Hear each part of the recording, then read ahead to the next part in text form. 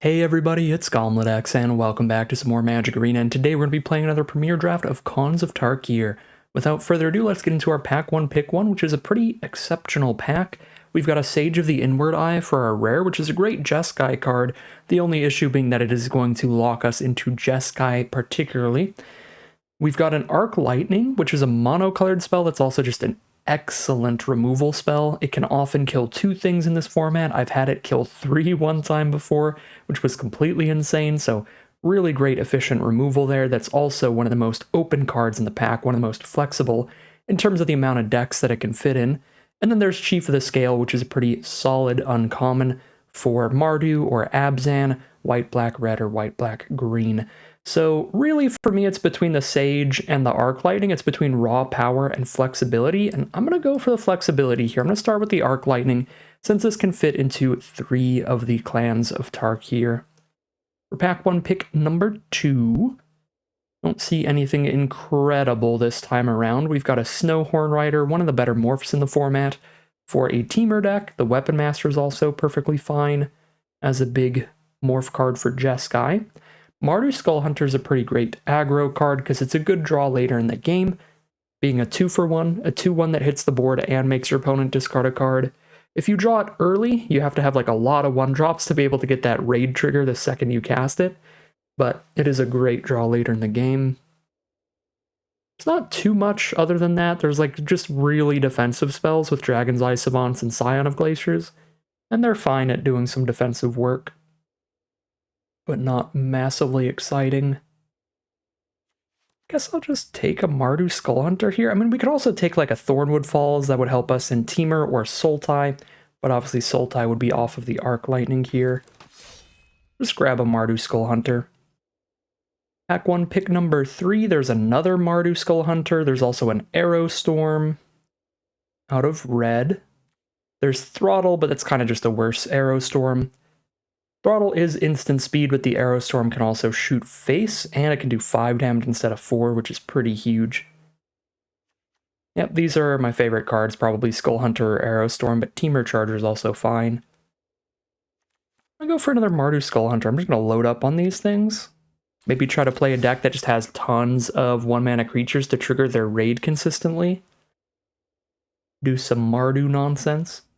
Pack 1, pick 4, Disowned Ancestor would be a 1-drop creature to trigger the Skull Hunters, or the Firehoof Cavalry would be, or there's Warden of the Eye as just the best card, just a great value play, or the Windscarred Crag is going to be helpful mana fixing for us going into Mardu here.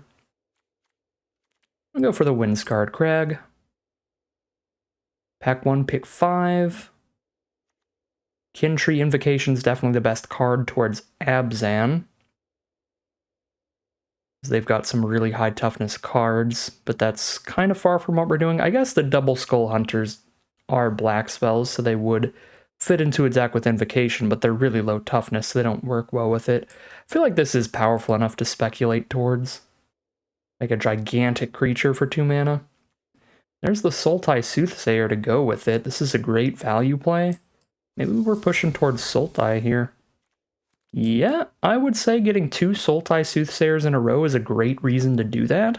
This card really fuels Delve while being an excellent 2-for-1, because it's a solid enough blocker to hold off anything with less than 4 power, and being able to pick whatever you need out of the top 4 means you're always going to get something good off of the card draw, and dump 3 cards into your grave, so it just fuels a lot of stuff here. I like the Soothsayer a lot. I like Bear's Companion a lot too, but we're definitely deeper into black here with Invocation and Double Skull Hunter and Soothsayer.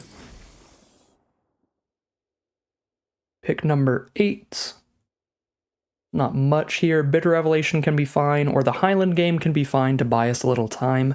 In a slower Sultai deck, this trades off into your opponent's aggressive little 2-1s and 2-2s, while giving you some extra life. I think with Double Soothsayer for a little bit of card advantage, a little bit of card draw there, we can probably take the Highland Game over the Bitter Revelation, because that would just be another card draw spell. Pick number 9. Probably the most dirtily Delve card, the Shambling Attendants here. We would definitely prefer basically any other Delve card, but just in case we don't find others, this will work really well with our Soothsayers. And I am not a big fan of Scout the Borders when you can get cards like Soothsayer that do the same thing and also put a giant body on the board. Pick number 10, Sidisi's Pet, I guess. Could be okay for a really defensive deck. It's got high toughness for the Kin Tree Invocation as well. Sure. Pick 11. Waken the Bear, but probably not getting run in here. And I think we're on that Sultai train out of this draft pod. Mardu Skull Hunters are a little awkward in Sultai, but some late Soothsayers, a big Delve card to go with them. This could be good. Kin Tree Invocation to go with the Soothsayers as well.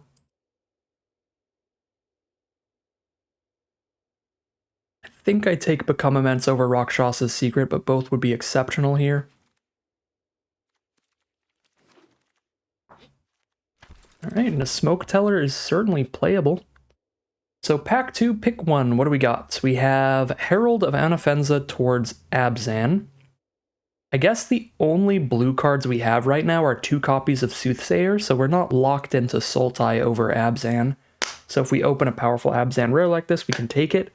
This is a bit slow, but it's a really good mana sink later. Outlasts into being a 2-3 and spitting out a 1-1, then it's a 3-4 and it spits out another 1-1 and just keeps going from there. There's also Abzan Charm, which is great for Abzan. I don't think we're really missing anything incredible if I don't just take a Sultai card here, so I'll speculate toward the Herald. But if we just wanted to stick to Sultai, it'd probably just be Hooting Mandrills. Okay. Siege Rhino it is. 4 mana, 4/5 trample. Drains your opponent for 3 life. Absolutely will take that. A little sad that it's in the same pack as Debilitating Injury and Savage Punch, because good removal like these is pretty hard to come by in this format, and I doubt they'll come back. Plus it's in the same pack as Abzan Battle Priest and Armament Core, 2 more excellent Abzan cards that also won't come back. If these were spread into different packs, and we could get all of them, that would be insane here, but it's not how this draft is panning out for us. Now we can take a Hooting Mandrills or a Rite of the Serpent just because we don't have any removal. 6 mana removal is a lot, but format is slow enough that it does work sometimes. These dual lands are not helpful to us at all, unfortunately. I guess I could take the Meandering Tower Shell just for the once in a blue moon that I draw it and the Kin Tree Invocation together, because it's kind of hilarious. You know what? Let's get silly with it. Almost definitely not the right way to draft, because these 2 cards individually without each other are not very good, but well, Kin Tree Invocation has other cards that it works well with in our deck right now, but Tower Shell by itself is just not a very good card. It's so astronomically slow, but just if we have it alongside Invocation, it's hilarious, so I will speculate on that. Now we get a Debilitating Injury to clear out Morphs and little aggro creatures. Like this a little better than the Savage Punch, since it does force us to have a good-sized creature on board to actually cast our removal spell, and our removal is going to be far more important in the early game than the late game with this kind of deck. So we need consistently good removal that's consistently good in the early game. Pick 5, Dutiful Return is a fine value play later on, especially with like really good creatures to pick up like Siege Rhino. I'm going to take that over the Mandrills here, so I think we are pushed into green-black splash white over green-black splash blue. Nice beefy Morph with the Woolly Loxodon. Pack's got a whole lot of nothing, just some good red-white aggro cards, and that's it. So I'll just rare draft a Monastery Swift Spear. I'm not going to play double Dutiful Return. It's the kind of card I only really like to run 1 copy of because it's really bad in the opening hand. And if you have like 2 copies of this in your opening hand, that's just a death sentence. That's basically a double mulligan immediately. It's the kind of card really good when you top deck it later in the game, but pretty horrible when it's in your opener. Alright, we have found 1 piece of mana fixing we'll absolutely use. Come on in, Blossoming Sands. Another Highland game or a Hooting Mandrills here. Let's get our non-creatures out of here. We already have 2, 3, 4, 5 2-drops. Yes, Hooting Mandrills it is. Another Smoke Teller over literally nothing. I guess Rotting Mastodon is another Kintree Invocation synergy piece? Sure, all in on Kintree Invocation out of this draft. That should be funny. Should be funny. I don't think I need another Hooting Mandrill, so we'll grab a big slow removal spell to go with our nice cheap removal.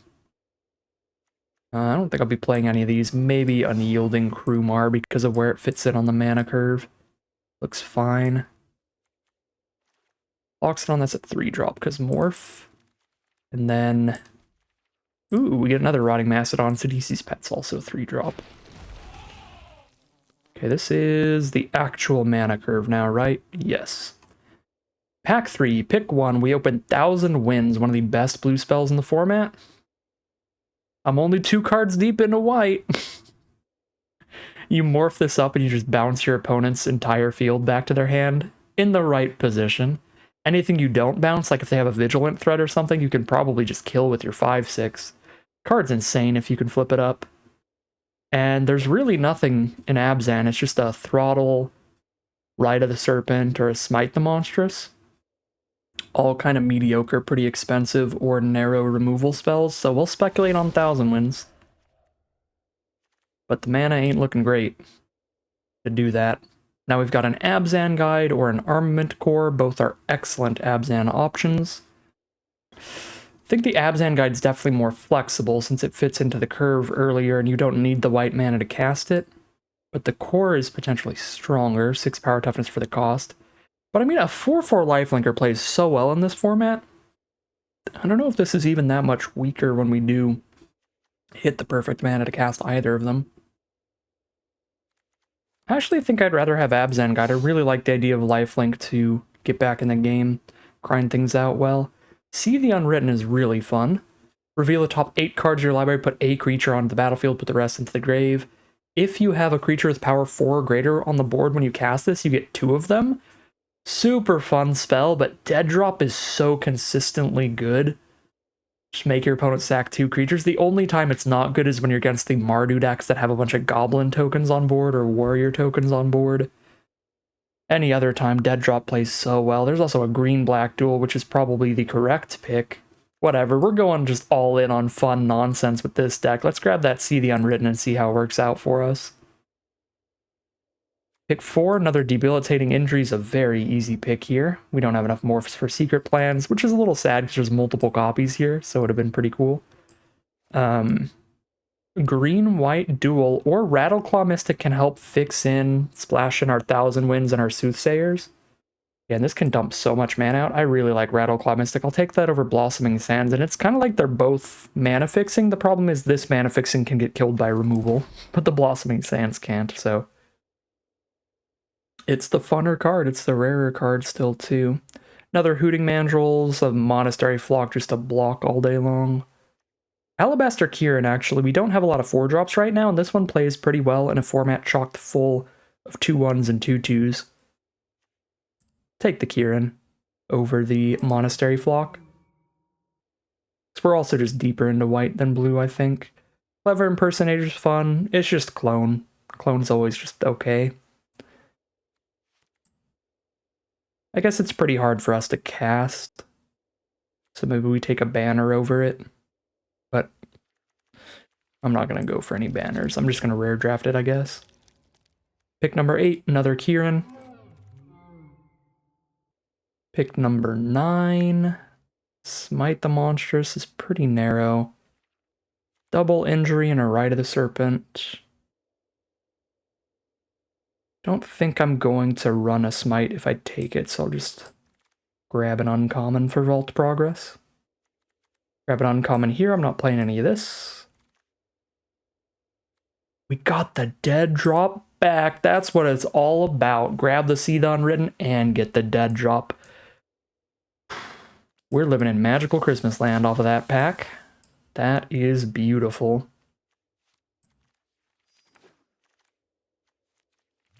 Alright, the mana is going to be bad here. So we just need to run enough sources of green and black that we can at least consistently cast the main cards in this deck.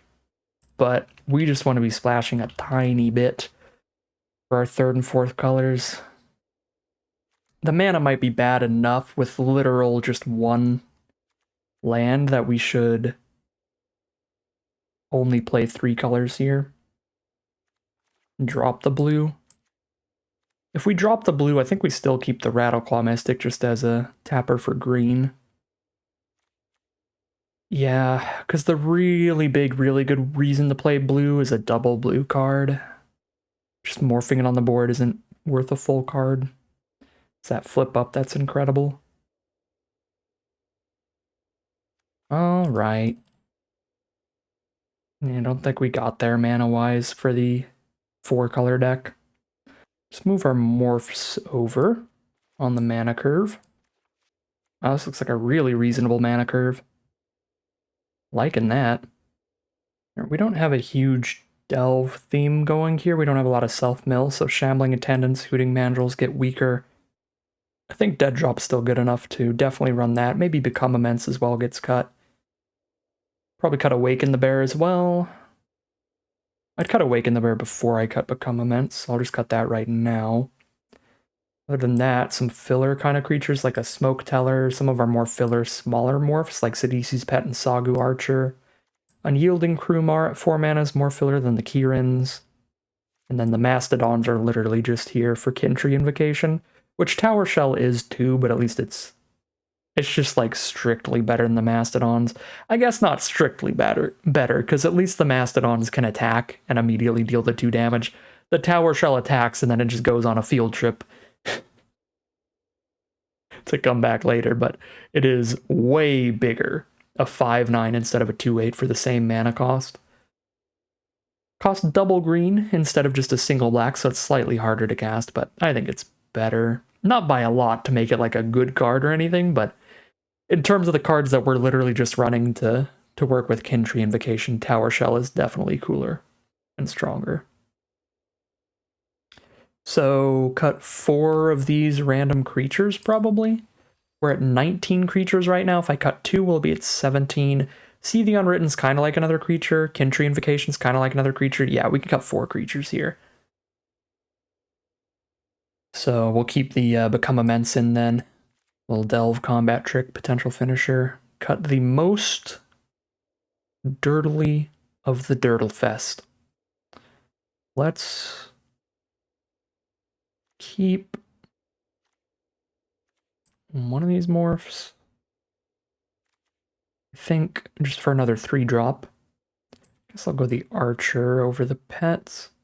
Maybe I can keep both of them, because I only have to cut 4 of these. I could cut like both the Delves, a Krumar, and a Mastodon. Although this could very much be an 18-land deck where we cut 1 more card. Just cut that Smoke Teller as well. Because we've got, this is a 6-drop, this is a 5-drop, this is a 5-drop morph. 6 drops here. A 10-drop. The Dutiful Return in the late game. That's a lot of top-end, late-game focused cards. I think we can go 18 lands over running a Smoke Teller. Sure. Throw an 18th land in here. Make sure our mana base looks good. And then we'll wrap things up there. So we've got 12 black cards, 10 green cards, and 5 white cards. 7 black sources, 7 green sources, 4 white sources. So just put in 1 more black source. 8, 7, 4 here. One of the black cards is a morph. I guess 2 if you count the Abzan Guide. 1, 2 of the green cards are morph, 3 of them if you count the Abzan Guide. We have a little more double green than double black, because we have Meandering Tower Shell and See the Unwritten. Woolly Loxodon doesn't really count, because we'll just flip it up. But black, we only have the Rite of the Serpent that needs 2 swamps. So black, realistically, the vast majority of the time, we just need that 1 swamp. Maybe I can go 7, 7, 5 here, just to make Herald of Anafenza more consistent. Because our white cards are like some of the strongest cards in the deck. They're just the lowest quantity. Rattleclaw can be morphed on 3. If you look at this as just a morph pile here at 3 mana, Hopefully we can go like 7-7-5 and then just really utilize the morphs to make sure that in most of our hands we can do at least something, even if our mana's not working out perfectly for us. Definitely the biggest flaw of this deck, but I think that's how we're going to run it here. We will call it a deck there.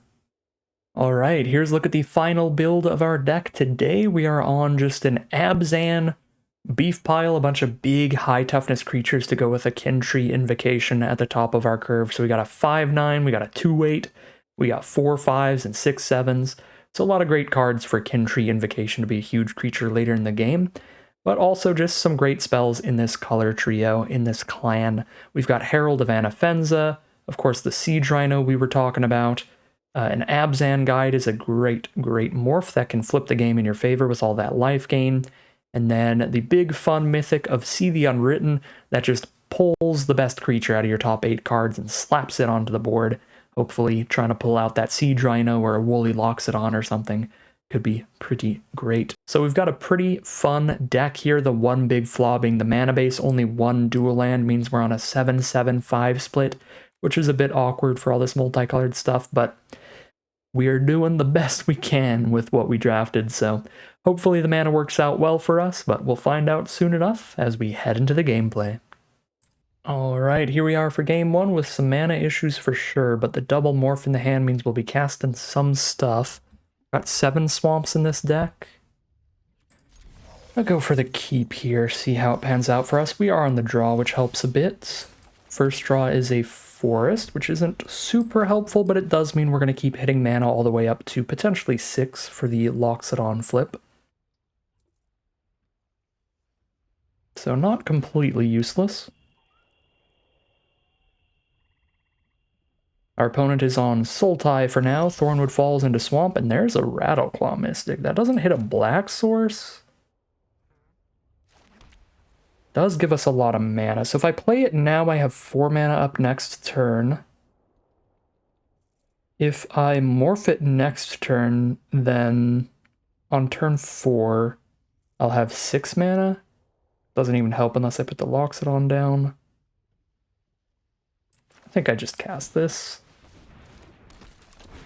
Unless I could manufacture a way to have both of these face down on my board by turn 4, then I don't really get a huge buff from flipping it up, getting that extra mana, and tapping it in the same turn.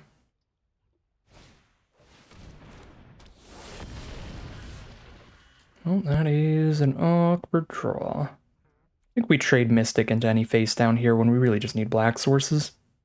The only thing Mystic's helping us do here is cast the Loxodon, which is quite a ways away regardless.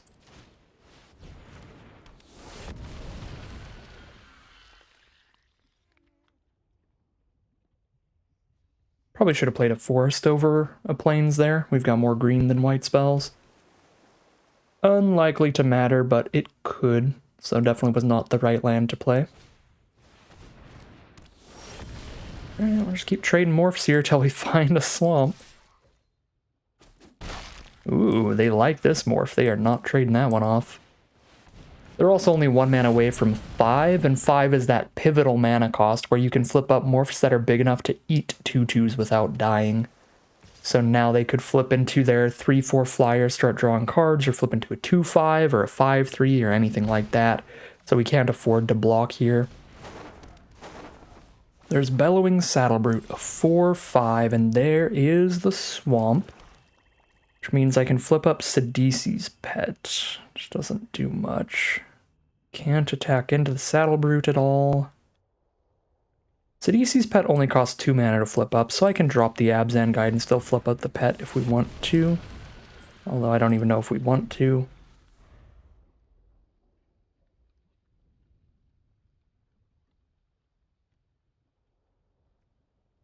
I guess now, if they attack in with the Morph, I can block it with Sidisi's Pet, and if it's specifically the 3/4 flyer, they won't be able to kill the pet. And if it's bigger than that, at least they had to dump all their mana into killing our Sidisi's Pet, the weakest of our Morphs.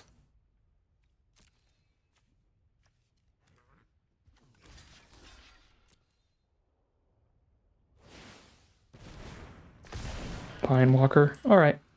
Dump all their mana into killing this. Well, let's gain 1 life at least. Off the block.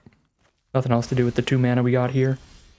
See the Unwritten. That's a spicy draw. We need a 4-power creature on board, though, to be particularly excited about that.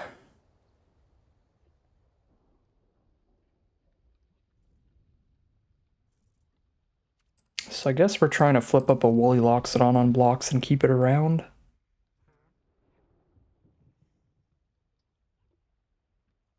Can't Rite of the Serpent to anybody. I've only got 1 black source right now.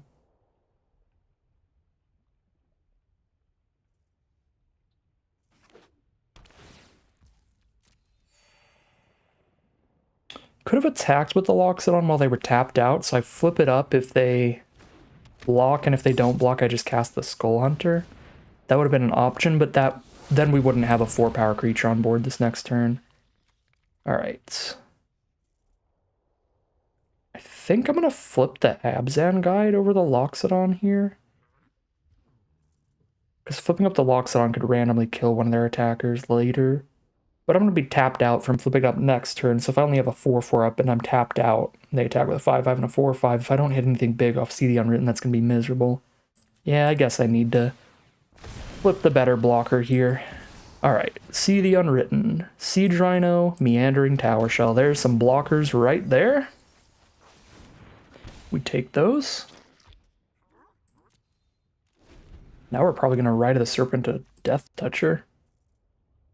Some point. I guess I've got more debilitating injuries I could draw into. So we milled a bunch of lands, which is good. 4 lands, debilitating injury, become immense. We draw into a dead drop, it only costs like 1 mana now, which is wild. And anything we kill on their board would be decent for us. I guess I could just keep hitting them with the Tower Shell really, really slowly, because it does have Island Walk. That is a silly plan, but sure, I guess. See you later, Meandering Tower Shell. Let's rip that last card out of their hand here.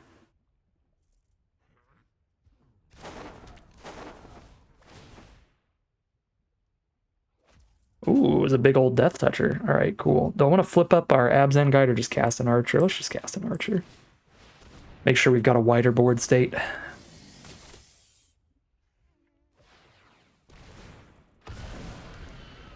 Ooh, whenever their creatures die, they draw a card now. Any of their non-tokens. That is very good. So trades are incredible for our opponent, but even if we just kill a creature on blocks, it's not that bad for them. Oh, this is so sad. Mystic of the Hidden Way outraces the Meandering Tower Shell.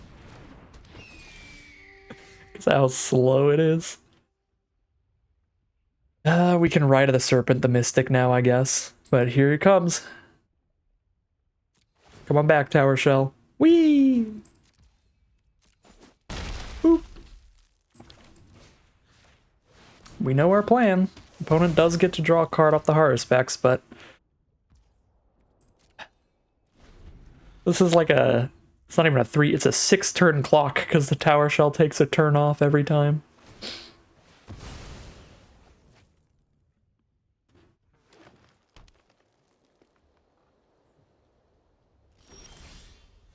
Ooh, that could be helpful for sure.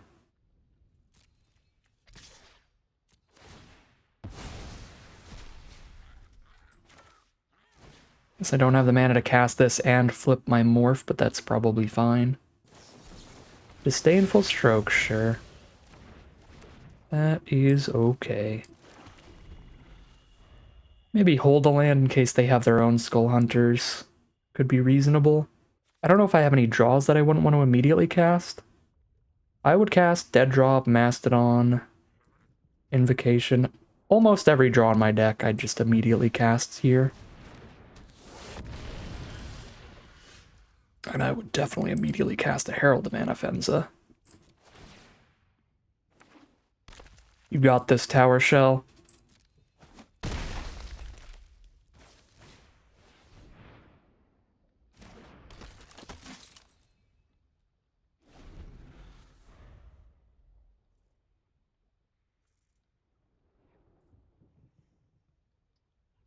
4 more turns.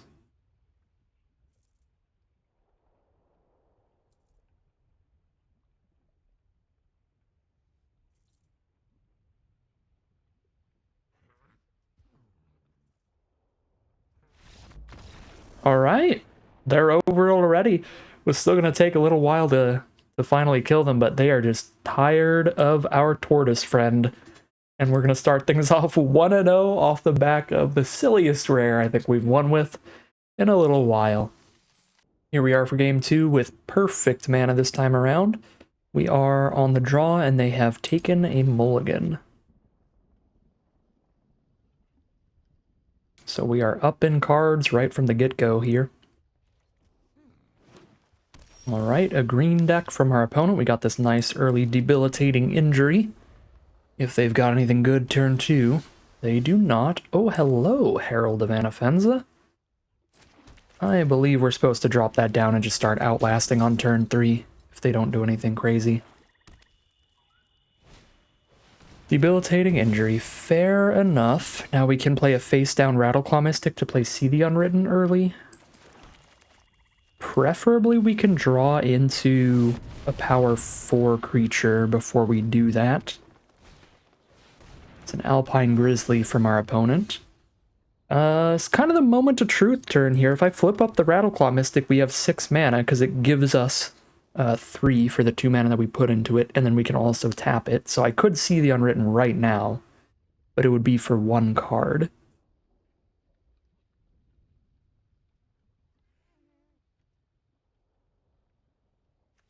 I think I'm going to greed it up with this See the Unwritten. Let's just injury the Grizzly and poke them.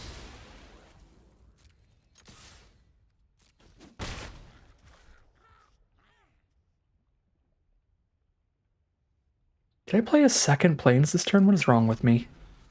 Oh my god. We just play the second Swamp and play the Skull Hunter. That was so loose.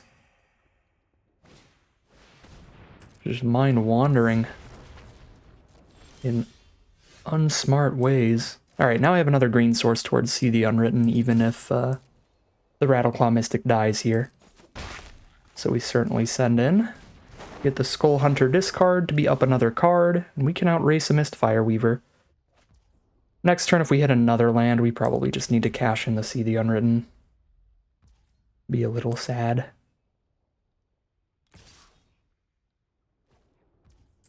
Alright, start taking some Mistfire Weaver damage. Tusk Guard Captain as well. That's a spicy blocker against our current board. That's a terrible draw. Alright, See the Unwritten. I guess we're grabbing 1 creature. Ooh, and they all suck. Well, that was a really bad hit, but at least we milled all of these. The only good draws here were Dead Drop and Dutiful Return. Yeah, that's just awkward. But now all of those are out of the way, and now we're closer to our draws like Siege Rhino and Tower Shell and Kintree Invocation, any kind of beef. I guess Kintree Invocation's not really beefy right now.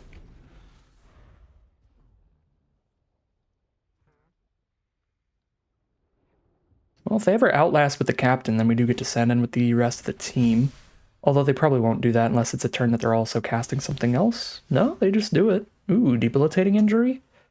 That's an excellent draw, depending on what's in their hand here. If this resolves, it's an excellent draw. Let's go. They got some kind of removal or something here. We'll see what dies. Probably Kieran. Nope. Maybe it's just like a Weave Fate or something. 4 mana draw 2?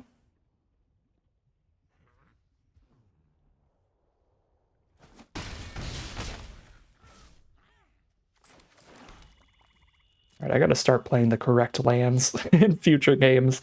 They could have been at 9 right now instead of 11. We missed out on 2 damage because we played Skull Hunter later. In a turn where we could have cast 2 black spells. Abomination of Good Duel, that is very good. That holds everybody off. Oh dear. Well.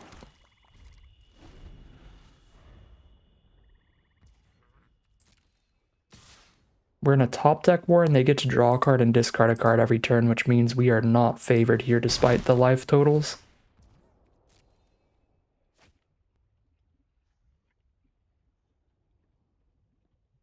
We are definitely, in my opinion, pretty far behind, actually.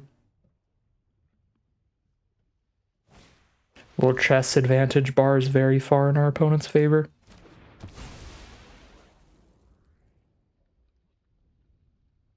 Well, not very far, probably like 60-40 or something. Every land we hit, though, pulls that bar farther.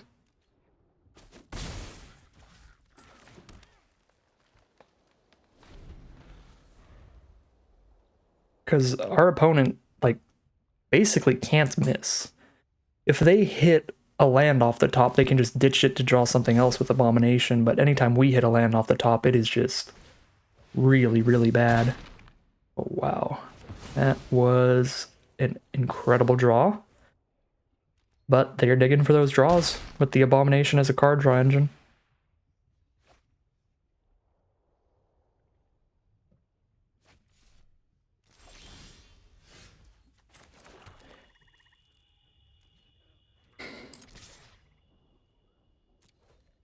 Skull Hunter can only stop 1 point of damage by blocking anyway, because they have trample on their only ground creature.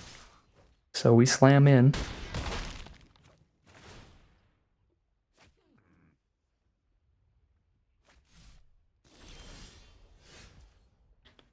You are too late. I can play the Archer and block the Captain and take 3 and die, or I can play the Archer, block the Abomination, and stop 1 of the 4 trample damage from Captain and die that way as well. Alright. Just lost the top deck war pretty bad. A little too much flood there. Was not expecting the flood after we milled a good chunk of lands, but we are an 18 land deck, which I think is generally correct. Even if we were a 17 land deck, we would have drawn 1 less land this game and we still would have lost. We would have had to draw like 3 less lands to win. Oh my god, maybe 4. They still have all that. Good lord. Yeah. Really lost that top deck war. They just hit 6 mana and completely stopped from there thanks to Abomination. Ditched their 7th and 8th land for more spells. Alright. 1-1 heading into game 3. Here we are for game 3 on the draw again. We've got turn 1 Herald. Try to start using them turn 3 and onward. We got the Tower Shell, we can't lose. We've got our turtle friend. All up in this business. Now we've got all 3 colors as well, thanks to that Blossoming Sands. Sultai Banner is going to start things from our opponent. 3 islands, Sultai Banner it is. We draw into the Sea the Unwritten. As soon as we get that second green source, we are going to go for that. We've got multiple ways to have a 4-power creature on board. The Herald can do it, or the Tower Shell, if we get to cast that. Just going to do our Herald of Anafenza thing. As long as we get to keep this on board, I'm going to keep doing that.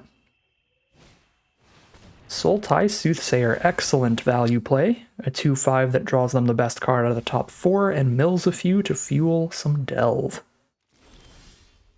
Alabaster Kieran. Cool card. Cool card. Probably better than using the Herald right now. I'm literally exactly 1 mana off from Become Immense. If I had Become Immense up here, being able to attack in with Herald would be awesome.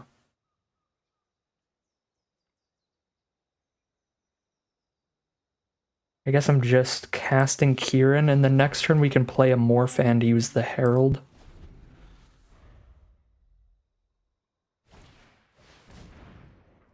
There is a little argument for using Herald there. Just because then if we hit the green source for See the Unwritten, it is active for the 2 cards, but didn't hit the green source anyway. Yeah, and now this turn should be pretty excellent.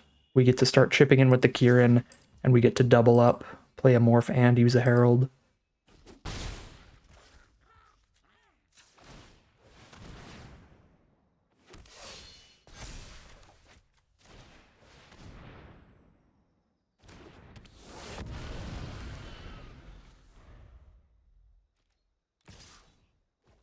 Send in a Grizzly. Trade a couple 1/1s into the +3/+3 trample trick. Or some other trick. No trick at all. We just trade some 1/1s into a Grizzly. That feels excellent. I was really expecting to just trade into some kind of mediocre combat trick there. Trading to the Grizzly is definitely better. Oh, here we go. I've got 2 Delve cards in my hand too, so filling that graveyard is going to be awesome. Yeah, I can't resist. We're just going for it. Siege Rhino locks it on. Let's go. Beef. We have the meats. All right. Get in there, Kieran. Opponent's down to 12 now, thanks to a little extra Siege Rhino life loss.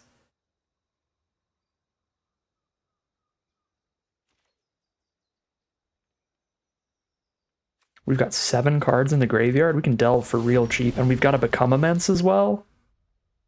Our Tower Shell's completely unblockable, so that's also an option. 1, 2, 3, 4, 5, 6, 7 mana. I can use a Herald and have 4 mana up. Not enough to do anything crazy.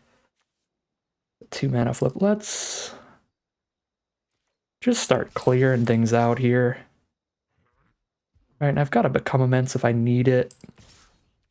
Might even send in the Herald here, honestly. If they triple block that, that means other stuff gets in and we might become immense. And they can only kill it if they triple block it.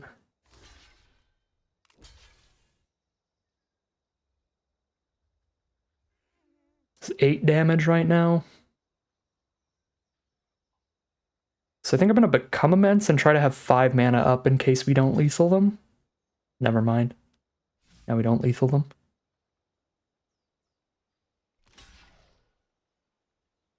This, I think, is just fine. We don't even cast the Become Immense then. I could use it on Siege Rhino, then I kill Soothsayer and get some extra damage in because the trample. Wouldn't be bad to use it there.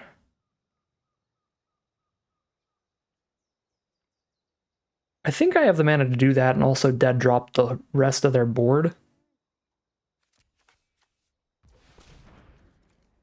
1, 2, 3, 4, 5... 7 cards engraved. This would be my 8th engrave. I'm 1 mana off, actually. Because I have to spend 1 more mana for this, and then I have 8 cards engraved towards dead drop, but I would need 9 to do both. Oh, I'm so close to Become Immense dead drop. Instead, I guess we're on Become Immense, cast a 5-drop Mastodon. 2 mana, exile 3 cards here.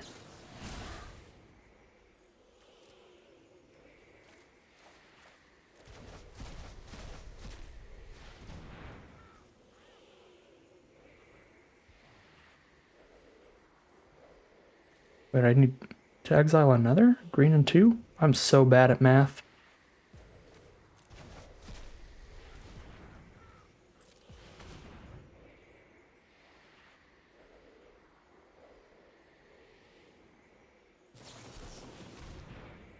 Okay, that's not terrible.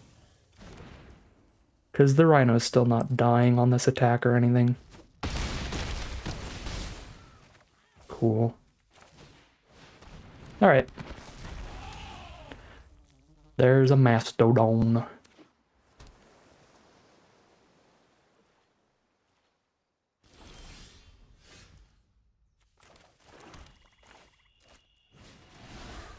Just do the thing. I wish it would tell me how many I need to delve. Black, 1, 2, 3, 4, 5, 6, 7. I need to delve 2.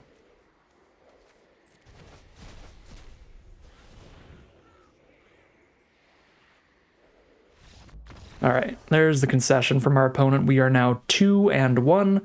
That was just a super nasty game for us, getting to get that Herald out early. Herald was kind of the MVP of the game, but the See the Unwritten was good too. Being able to pull out this beef was pretty awesome, but Herald did a lot of work getting beefed up, getting all those 1/1s to trade off into their attacking creatures early. Really just bombing them out for the most part. Here we are for game number 4, and we're on that See the Unwritten all day, every day. Got that in the opener again. We needed the 4-power creature to go with it, but we've definitely got time to get there. We've got the injury for their first creature. We've got a lifelinker to sit there blocking. We've got the second green source.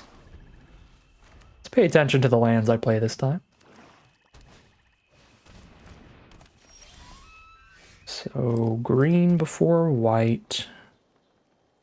I don't think I injury a Highland game when I have a Morph that's going to flip into a 1/4 and eat that up.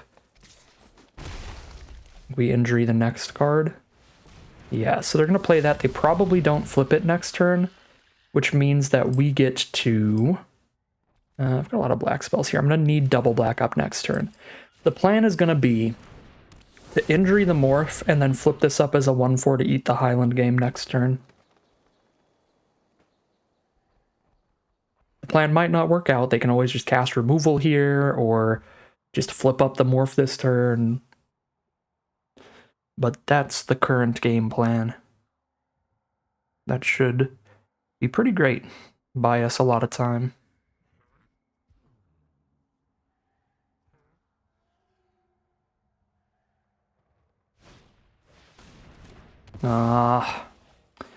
That's disappointing. Got the dutiful return at least. Next turn I can just hard cast the archer, so I suppose we just injury their Morph here for this turn and go for the hard cast. Excuse me, next turn.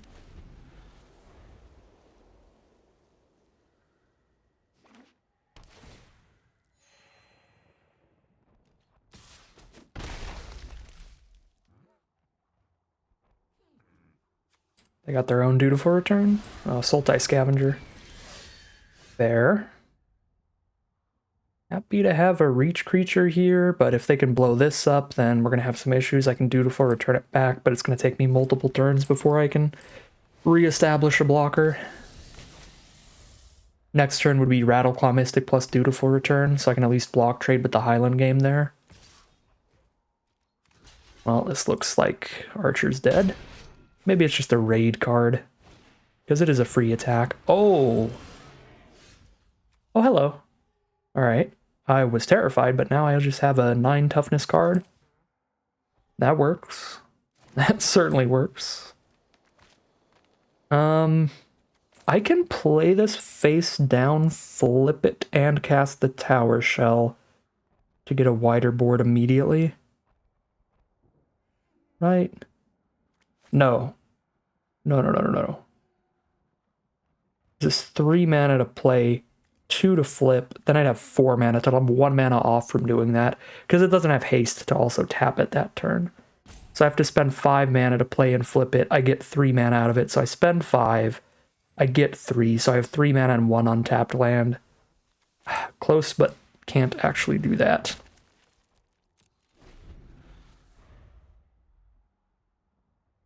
Hopefully they're running out of gas here, and we just go for the See the Unwritten. Try to pull ahead with that. No, please no. Please no. Oh, wow, that's miserable. We're just dead. What the perfect card to have. GG, I guess. 2-2. Heading to game 5. Disappointing ending. We were 1 water whirl from just incredibly stabilizing. If they just like cast another creature, even if it was another Sagu Mauler or something massive, we get to untap and See the Unwritten and play a life gain land. And then we've got 4 creatures on board, and then we've got Dutiful Return. We just get so far ahead if that game goes any longer. Incredible time to have the water whirl. It's just always here. Alright, we'll keep it. We're on the draw again, so we might just get tempoed out of it here. You don't really get like aggroed out in this format too often, but you can get tempoed out like we did last game, where we just played some relatively beefy creatures and then just cleared our board away. Okay, how does this line up with this Woolly Loxodon? So I play this face down this turn. Turn 4, I play this face down. Turn 5, I can flip it up off these 2. But if I just play this face up, I can still flip the Loxodon turn 5. Yeah, I still have to wait till turn 5 to flip this up either way, so we just play this now.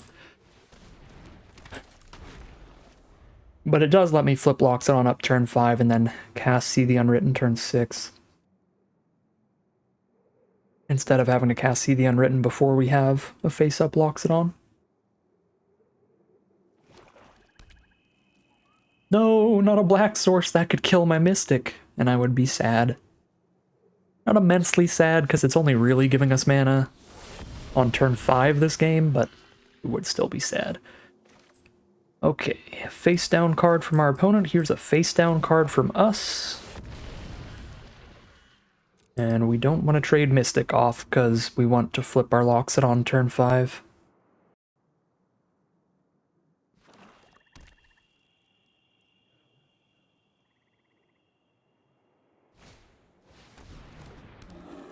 Alright, here comes an Alpine Grizzly. Another little 2 toughness card there.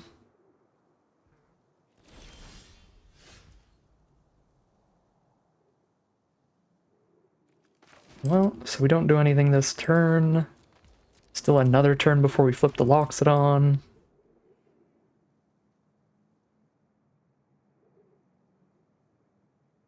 Things are a little awkward here, but at least they're not much better for our opponent yet. They haven't done a whole ton either.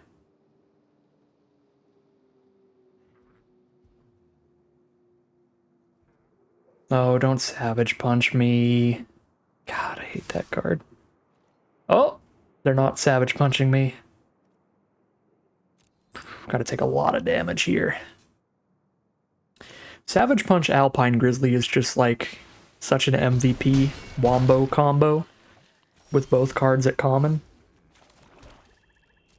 Okay, I really don't need more lands unless I find a white source. The odds of them not having just like one removal spell here are really low, so don't know if we can pull this one off. We're gonna need to be able to flip a Loxodon and keep it around till next turn. And then we need to hit 2 decent creatures off the See the Unwritten. If any of that doesn't happen correctly, we are just gonna die. Get tempoed out a little bit with our hand being super slow here since we didn't find any turn 3 or turn 4 plays. Or sorry, turn 4 or turn 5 plays. Rush of Battle, ew. They still have 2 mana up for a trick. What could they even have for 2 mana? Oh, it's gonna be the stupid Feat of Resistance. +1/+1 protection from a color, which is gonna make either of these 7 power. So I can't afford to block with Loxodon. Because they have something that it's holding for, unless they're playing in full control to try to pretend they have Feat of Resistance. I think we have to play around Feat of Resistance, unfortunately.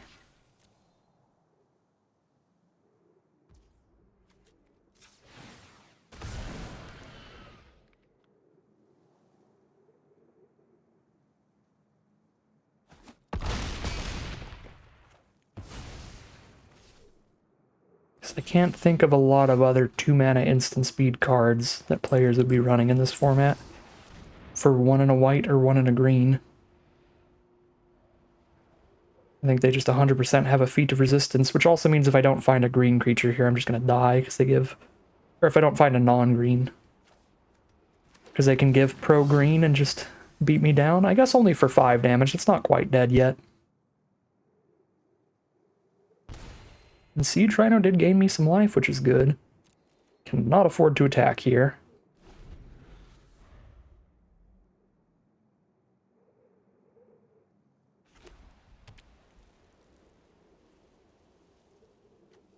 What do I got for Dutiful Return? Just the 2/1, right? Yeah, Dutiful Return is not quite there yet. Dazzling Ramparts tap a creature every turn now? That's not good. Not good at all. Light of the Serpent is good. We're definitely blowing something up. Am I blowing up Dazzling Ramparts? Wait, hold on. If I cast Rite of the Serpent, it's just going to get rid of their Feat of Resistance. But I guess trading it for a feat of resistance is not terrible, because then they don't have it anymore, and I'm just making their ramparts a 1/8 instead of a 0/7, which doesn't really change things at all.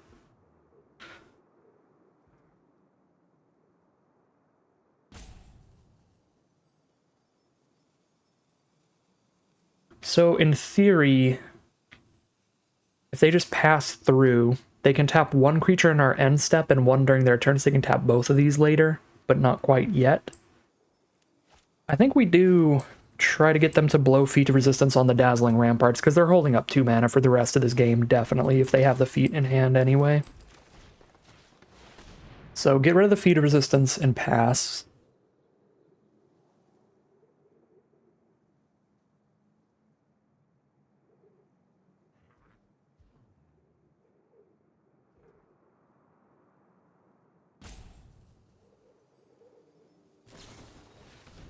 All right, very happy to see that we correctly guessed what they had exactly, which means that if I played any differently and tried to stop more damage, we would just be dead by now. We would not have gotten 2 cards off the See the Unwritten. And we wouldn't have a Loxodon on board anymore, either. Yeah, we would just literally be dead by now if I didn't play around Feat Resistance earlier. Alright, Bondkin's kinda gross. The Ramparts has First Strike now, which is interesting. Oh, God. Still more gas. A flyer, too. Well, we can play a 7/7. That can't block the Sultai Scavenger, and even if we find a flying blocker, they've got the Ramparts. There's only one creature in my grave for the Dutiful Return. Things do not look great.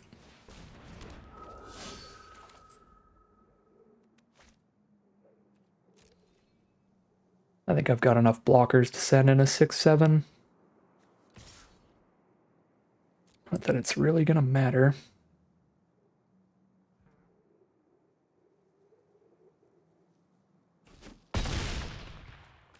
Cool. I was gonna say they probably just block with Ramparts, but maybe they play around a combat trick. It would have to be just like exactly Become Immense here to kill the Ramparts. Well, they didn't block, so I guess it did matter. We did actually get damage in. They are playing completely off the top now, immediately hit more gas with a Morph.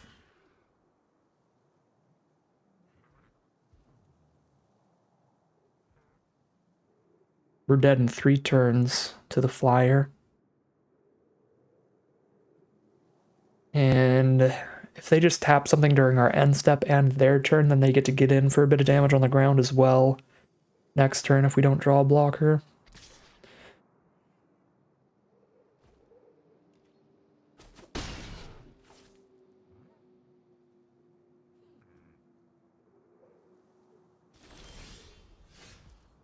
Yeah.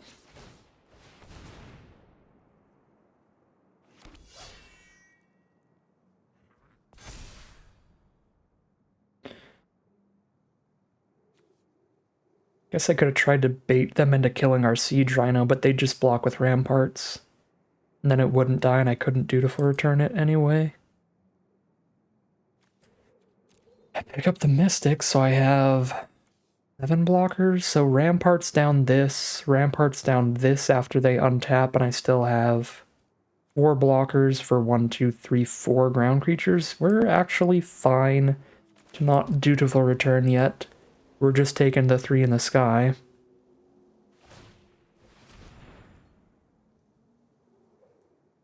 Okay, that's interesting.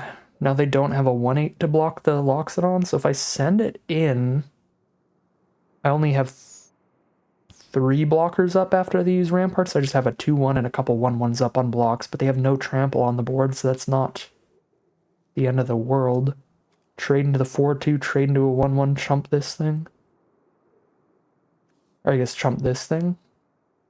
No, we'd have to chump the 4/4 and the Morph. Chump there, block, block.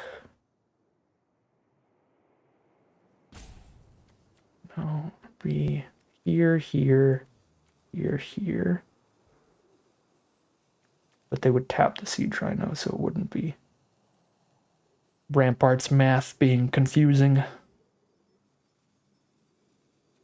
Yeah, I don't think I can actually attack now that I think of it. Because if I attack with Loxodon and they just tap the Siege Rhino, then I'm just putting a 2-1 under the Alpine Grizzly, and both of my 1-1s are just chumping their Morph cards, their Abzan Guide, and their face down Morph. Alright, got one turn to kill a Sultai Scavenger, it's over.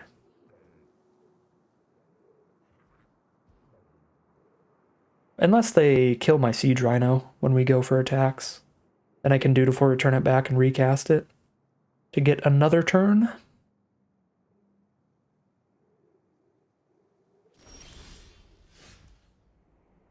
That does not save us at all because of Dazzling Ramparts, so it's gotta be a Siege Rhino recast.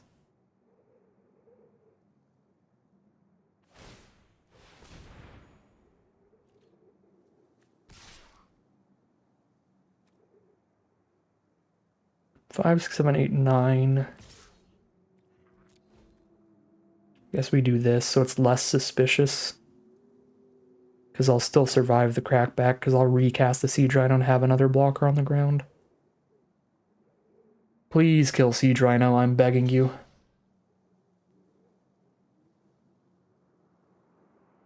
If I attack with only Siege Rhino, I think it becomes like really obvious what I'm trying to do.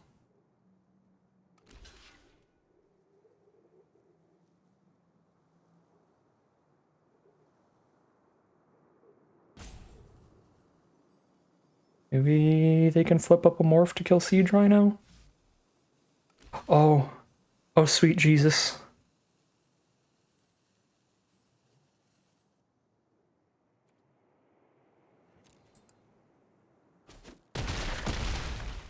I get one more turn.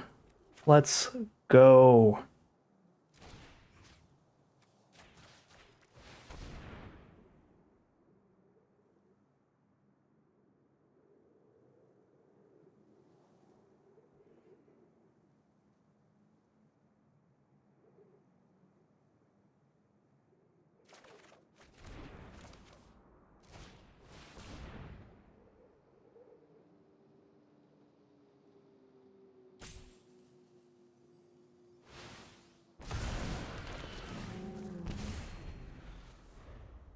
Alright, face down is another Abzan Guide.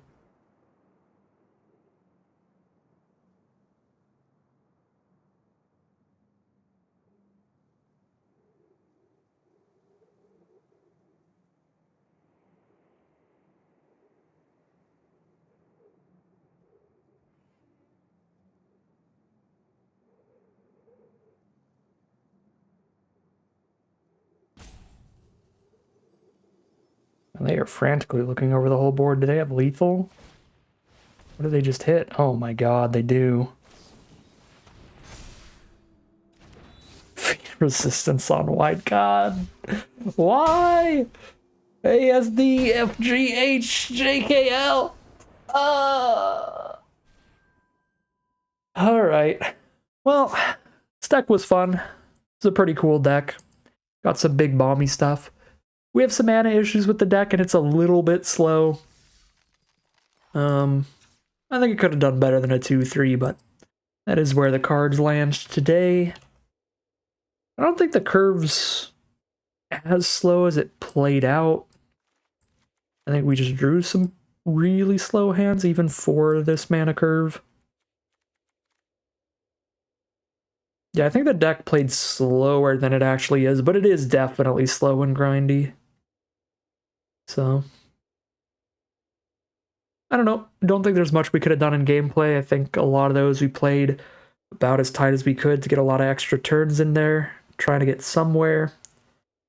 Like that last game, if we didn't play around Feat of Resistance earlier, the game would have ended infinite turns ago, and then we found the Siege Rhino loop line to try to buy us another turn. A lot of stuff like that. Don't know if we could have done that much better in the gameplay. Drafting, we definitely could have drafted more competitively, but I wanted to have some fun and go for some goofy stuff. I think the Tower Shell was fine.